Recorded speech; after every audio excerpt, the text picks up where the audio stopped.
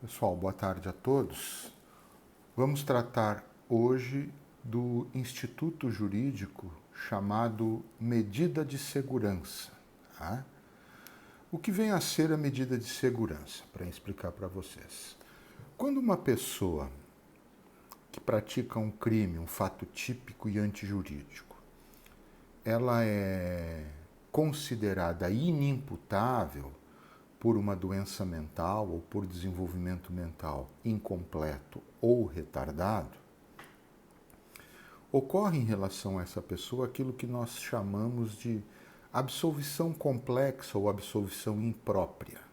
Ou seja, ela é absolvida, porque afinal de contas a inimputabilidade é uma excludente de culpabilidade, então ela se torna uma pessoa inculpável pela inimputabilidade.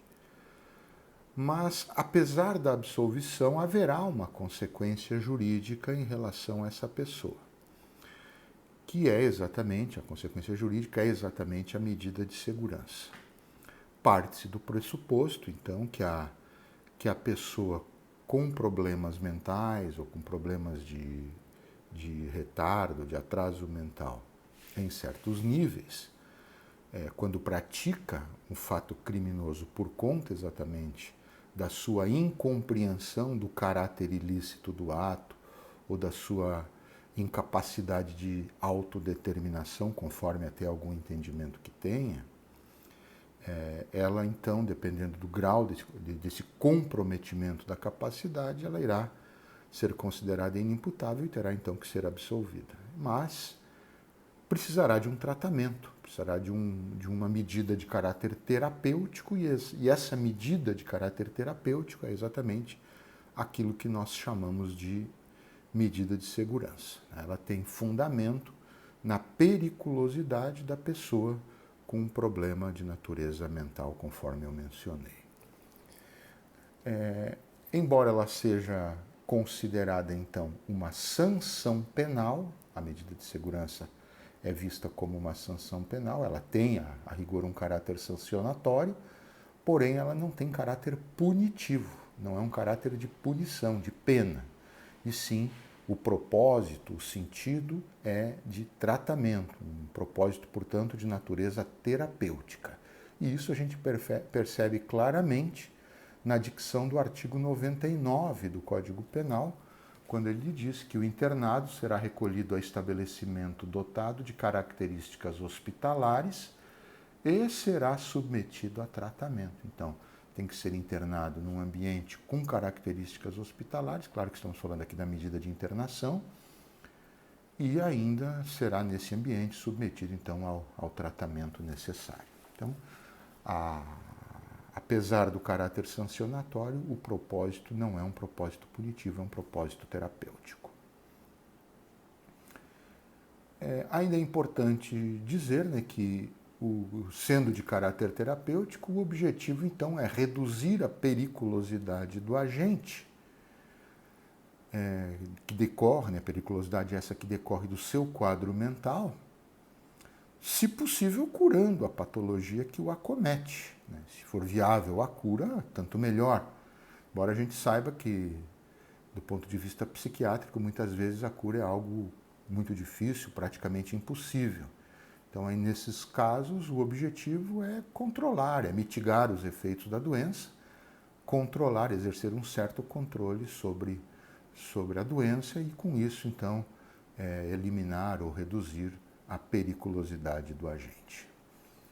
Uma importante menção está lá no artigo 96, parágrafo único, no sentido de que se houver causa extintiva da punibilidade, aquilo que geraria causa extintiva da punibilidade, então também, havendo uma causa dessas, haverá também a necessidade de não se impor a medida de segurança respectiva. Imaginemos, por exemplo, que o legislador deixe de considerar crime aquela conduta que a pessoa com problemas mentais praticou, ocorrendo então aí um fenômeno da abolitio criminis. É evidente que essa abolitio criminis se eliminaria a punibilidade, se extinguiria a punibilidade, fosse o caso de aplicar pena, também vai extinguir a possibilidade de se impor medida de segurança, e essa regra ela é expressa no parágrafo único do artigo 96. Quais são as espécies de medida de segurança previstas no Código Penal? Nós temos duas. Nós temos a medida de segurança de internação ou internamento, que é a inserção do segurado em um ambiente hospitalar, ou com características hospitalares. E também nós temos a chamada medida de segurança ambulatorial ou tratamento ambulatorial. O internamento está previsto no inciso 1 do caput do 96 do Código Penal e o tratamento ambulatorial no inciso 2 do mesmo artigo. Há algumas regras importantes em relação a essa questão das espécies de medidas de segurança. A primeira é que a internação ela é obrigatória para o caso de crimes apenados com reclusão. Então, se aquele crime praticado pelo segurado não fosse ele inimputável, lhe renderia uma pena de reclusão, então a medida de segurança nesse caso vai ser uma medida de segurança, obrigatoriamente uma medida de segurança de internação. Se por acaso for detenção, crime apenado com detenção, aí, neste caso, a internação se torna facultativa, porque na detenção o juiz pode fazer a opção, nos casos em que ele entender necessária, a internação, mas também pode aplicar apenas o tratamento ambulatorial. Essas possibilidades, essa necessidade de internação nos crimes de reclusão e de facultatividade entre internação e tratamento ambulatorial nos crimes de detenção, ela está prevista no caput do artigo 97 do Código Penal. Se por acaso o juiz, num crime de detenção, como eu disse, ele fizer a opção originalmente por um tratamento ambulatorial, apenas o tratamento ambulatorial, se por acaso, para fins curativos, para fins terapêuticos, for necessário converter esse tratamento ambulatorial em internação, no curso da medida de segurança, ele pode. Essa possibilidade de conversão do tratamento ambulatorial em internação, ela está prevista no parágrafo 4º do artigo 97. Qual o prazo que deve durar uma medida de segurança? Pois bem, a lei fala em prazo máximo e prazo mínimo. O prazo máximo da medida de segurança, a lei diz que é indeterminado. O parágrafo 1º do artigo 97 fala em prazo máximo indeterminado.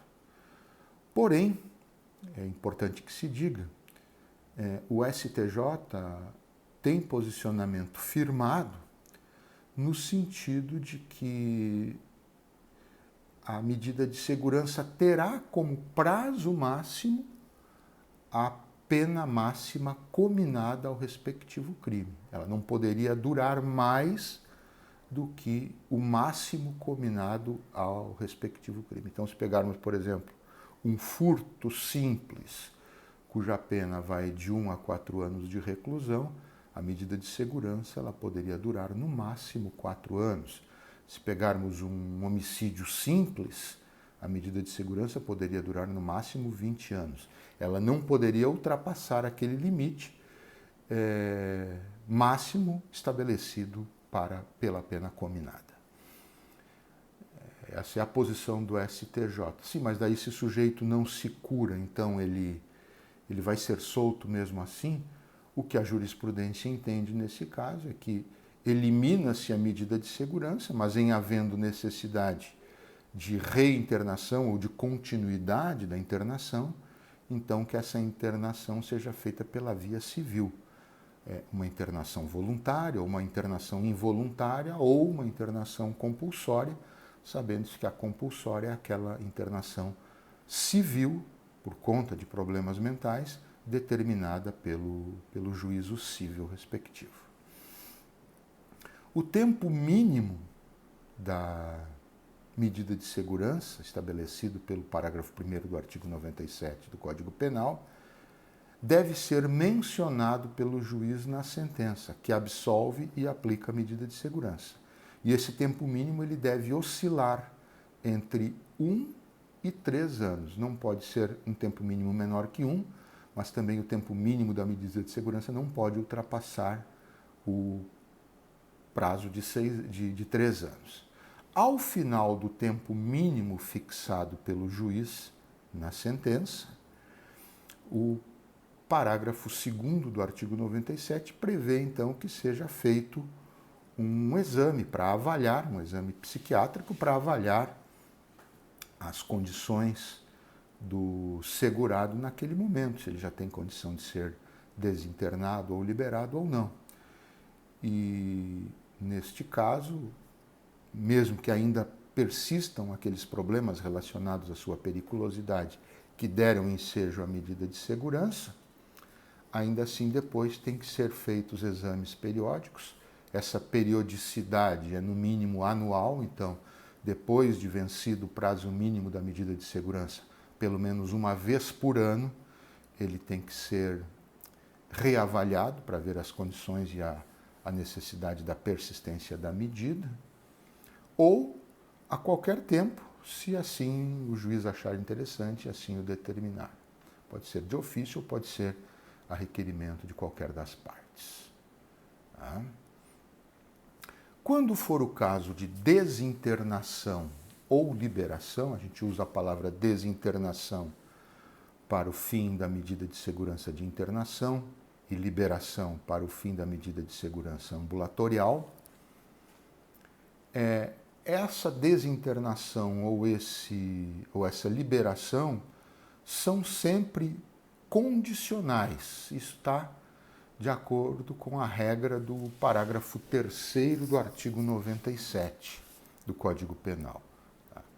Ela é sempre condicional. E essa condicionalidade, ela perdura por até 1 ano depois da desinternação ou da liberação.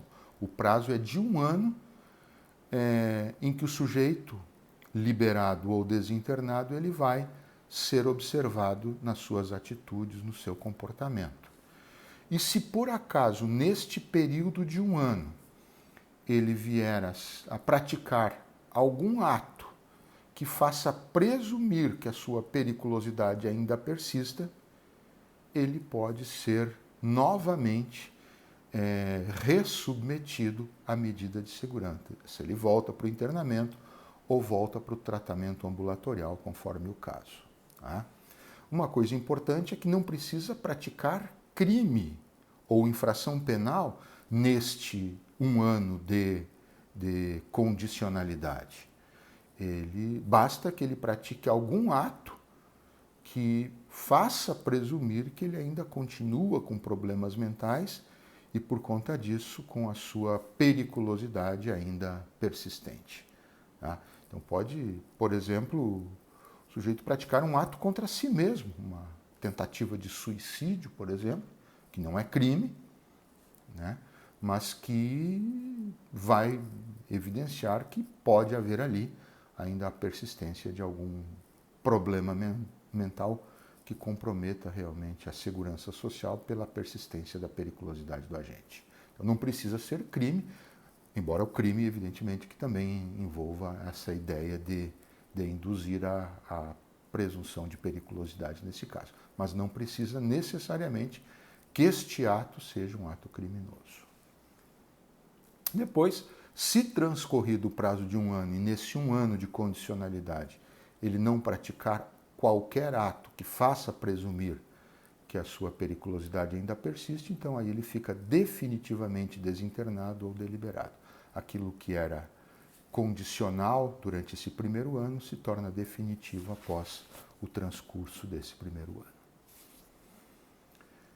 E aí, neste caso, né, se ele só poderá ser novamente submetido a uma medida de segurança se ele vier a praticar uma nova infração penal e nessa nova infração penal vier a ser tido como inimputável por conta da mesma doença mental ou de desenvolvimento mental incompleto ou retardado, e aí começa tudo de novo, mas só diante de um novo fato depois de um ano, um novo fato criminoso depois de um ano. Tá? E por fim, eu gostaria de tratar ainda da substituição da pena por medida de segurança.